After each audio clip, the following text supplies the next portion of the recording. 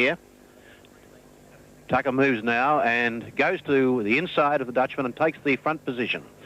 Earlier in this series, we've seen Hessler, the world champion from East Germany, qualify for the next round, and the Olympic gold medalist from Montreal, Tack, has also qualified.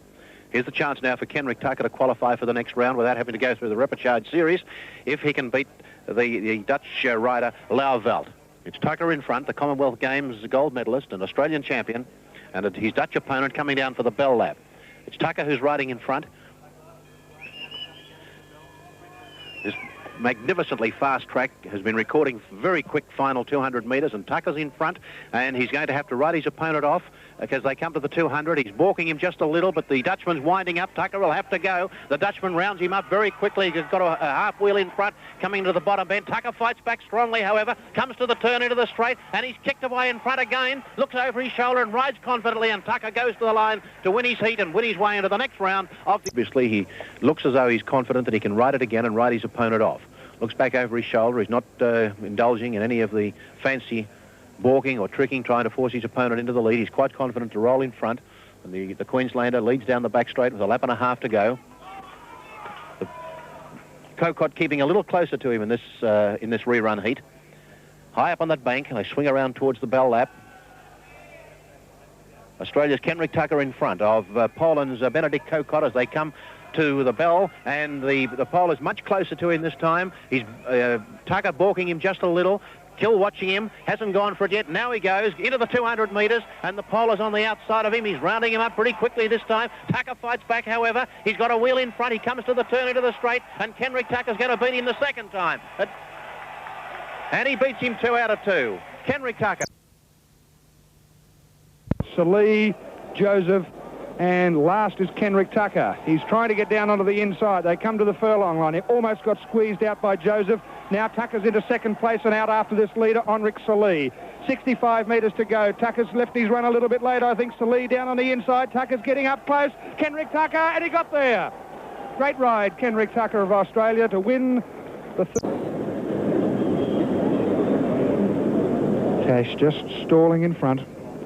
Now heads into the finishing straight, moving halfway up the track, and of course Tucker will have to follow him. Tash looking down over his inside shoulder, and now Tucker getting high up, forcing him to look around over his outside shoulder. Hopefully there'll be a blind spot there, which is what Tucker is after. He has slowed right down, so has Tash. They hit the finishing line now, and there's 2 laps to go, and we are almost at a standstill. Tucker's off, tried to get the break. Stalling in front that time was Tash. Tucker saw that he had actually stopped and was wheel jerking, and so Tucker went by him. 1.5 laps to go. Tucker now out in front. Not quite enough of a break yet on the current Olympic champion, Anton Tash of Czechoslovakia. But I tell you what, with a lap and a half to go, the pace is on between these two, 3/4 of the way up the track. Kenrick Tucker in front, a bold performance, leading the current Olympic champion in this event. Coming down to get the bell. Tucker in front with 10 metres to go.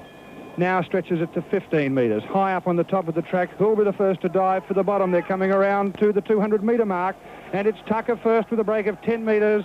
Back to 5 metres. They're inside the last 200 metres. Still Kenrick Tucker in front. This break may just about be enough, you know, in the first of 3. Well, look at Tash come around the outside. Tucker's in front, but Tash has got him on the line. Tash by half a wheel. Great ride from Anton Tash up to the top of the track. This is almost going to be a one-lap sprint by the look of it. There's no cat and mouse with these two, no stopping and starting. They're at about a 1/4 to a half pace at the moment. They'll be coming down to get the bell soon. Tucker's still in front. I think he's decided, well, let him catch me. They're in the last lap. Tucker in front, Tash behind by 10 metres. I hope it'll be enough. Tucker zooms to the bottom of the track, and they're inside the final 200 metres. Tucker head down and going. Tash is picking him up. 55 metres to go. Tucker still in front. He needs this to stay in the race. Tash coming up on the outside, and Tash is too strong. Tash wins by about a half a length. Far too strong. The current... Well, places 5 to 8. Let's hope he has better luck this time. That's the position where he had the spill, so he's okay. Kenrick Tucker leads them out of the straight. The first 800 metres really jockeying for position.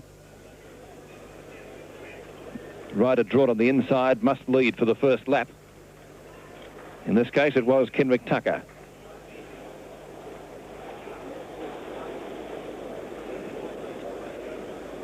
And Tucker leading, coming down main straight.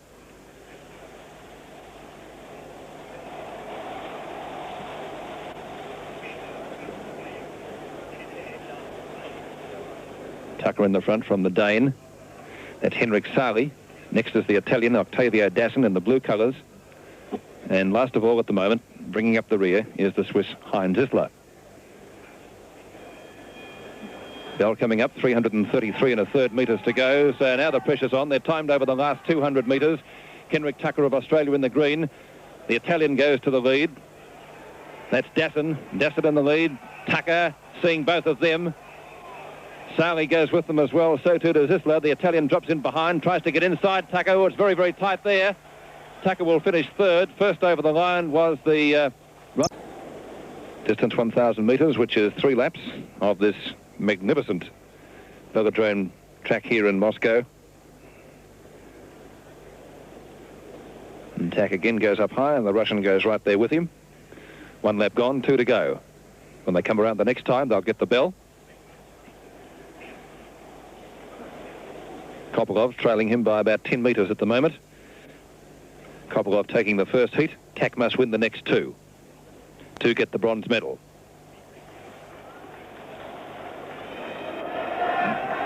Increases the pace just a little bit and again goes right to the top of the track at the top end. And Kopylov closing the gap just a little bit with the bell coming up. The pace will be on from just about now.